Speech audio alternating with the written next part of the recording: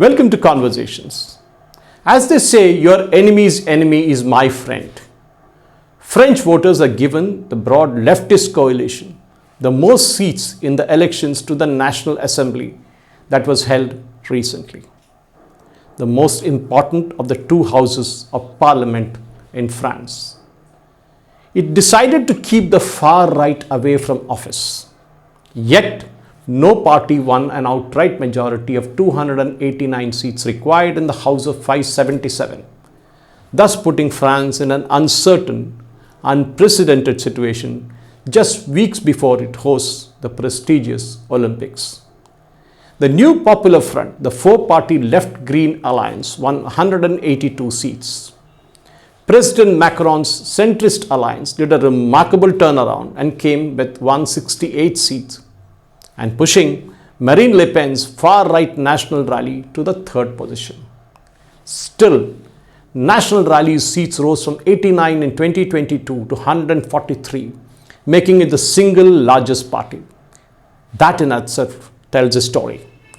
To simply put it, left countries came together to keep the right out of office, and the rightists have rightly accused the left and the centrists of entering into deals to keep them from getting a majority.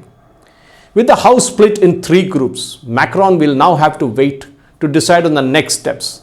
To put PM Gabriel Attal, who has actually put in his papers but has been asked to stay on temporarily as head of government till the Olympics is done and dusted.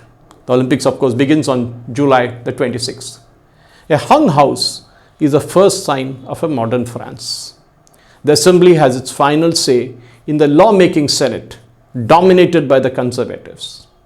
The question is, how did the tactical voting in France help keep the far right out? Something similar happened in India, when one category of people voted en bloc against the candidates of BJP, thus ensuring the defeat of NDA candidates in many constituencies in the 2024 Lok Sabha elections. So is tactical voting here to stay? French President Emmanuel Macron did something similar to what Rishi Sunak did in the United Kingdom.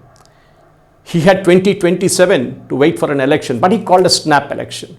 And when he was startled by the right-wing sweep in the European Union polls that were held earlier.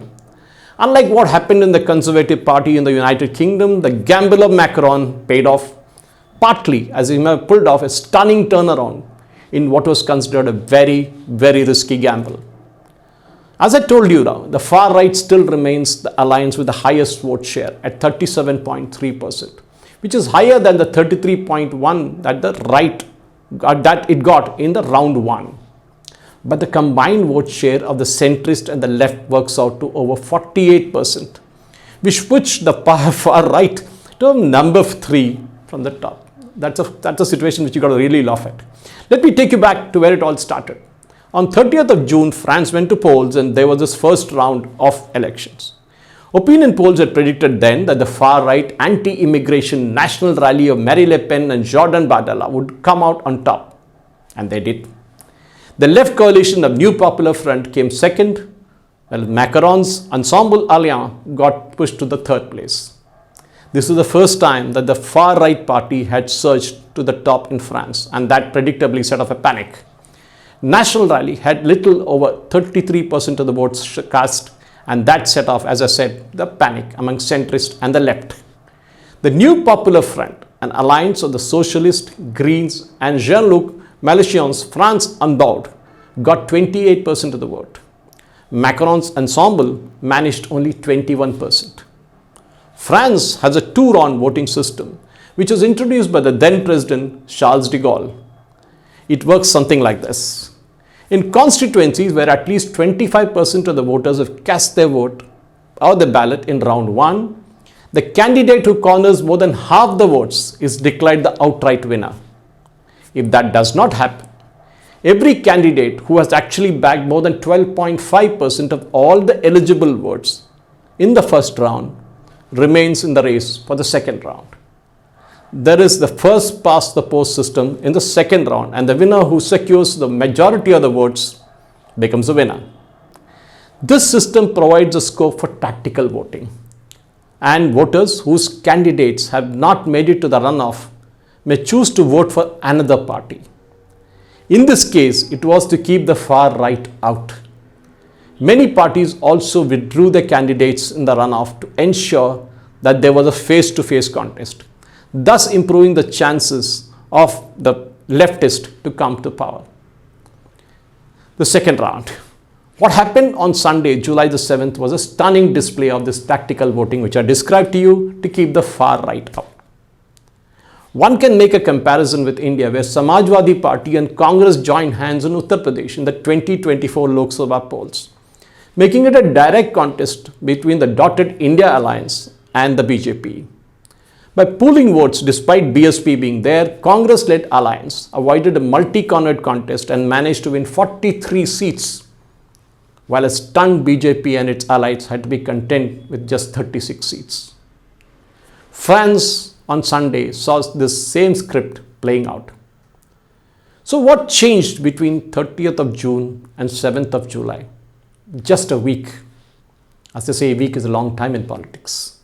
After round one, when it became clear that the national rally was headed to win anything that was between 230 and 280 seats in the 577 seat lower house, needing a few more seats to get to the majority of 289, the left-wing parties and Macron's ensemble pulled out over 200 candidates from the race, and as I said, converting the three-way fight into direct fights between the far right and non-far right candidates, whether they were centrist or left.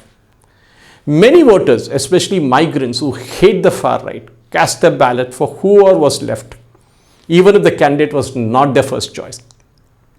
Adding to this was a very high voter turnout, as voters turned up in large numbers to cast their votes, and the voting percentage snaking up all the way to 67%, the highest since 1997. For many in France, there is a lot at stake in this election. This was about keeping the far right out in a country that had seen German occupation at one time.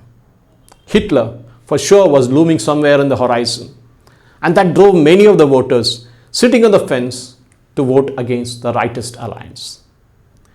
The new government, as and when it comes about after the Olympics, will feel the pressure from the far right as it will keep biting at it. Through all this, though, what will continue to give legitimacy to the leftist and the centrist is the fact that they have a support of the majority of the French voters.